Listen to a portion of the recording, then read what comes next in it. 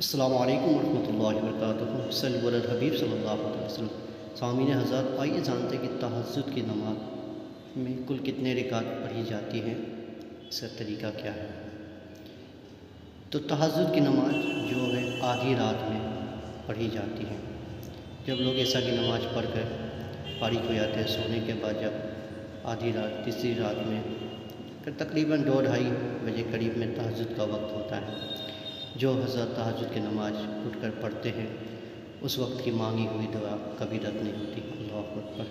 تو تہجد کی نماز 2 رکعت کم سے کم، نہیں تو 12 رکعت، کم سے کم 2 رکعت نہیں تو 12 رکعت آپ تہجد کی نماز ادا کر سکتے ہیں۔